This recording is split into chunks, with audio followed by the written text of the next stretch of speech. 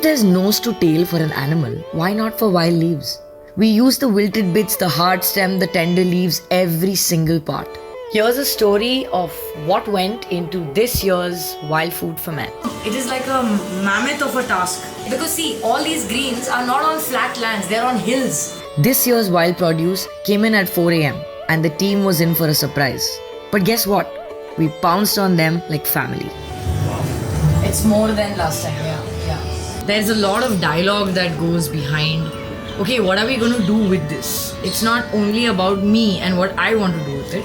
It's about what is the best way to represent this. And apart from me and my team using our creativity, we want Shailesh and Shikha to have an equal say into it and for us to kind of do this together in like the real sense. It's always collaborative within Ground Up and with Triple O Farms. Every single ferment was actually a conversation between us. Everything he sends, we always like chat about it. They'll give their opinions, then I'll give my opinion. I don't feel like starting anything without talking to them about it. Shailesh इस बार अंबाड़ा का stem मेरे को लाल दिख रहा है तो वो अलग वैरायटी है क्या? I knew we could pull off the ferments in time. But the bigger question was, how do we brand it? What should the label say? How do we show the care and effort?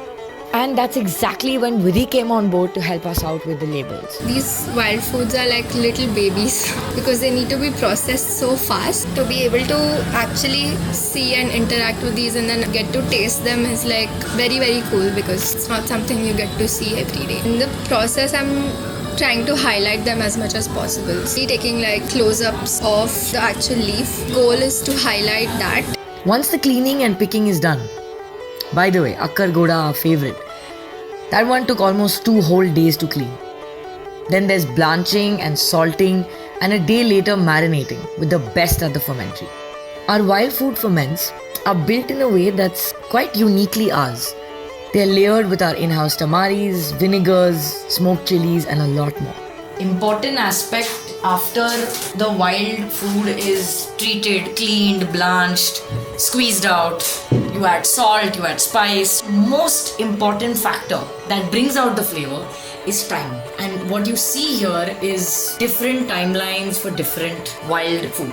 So that's the story of how Wild Food Ferments came to life. You can totally buy these jars online from the link in our bio.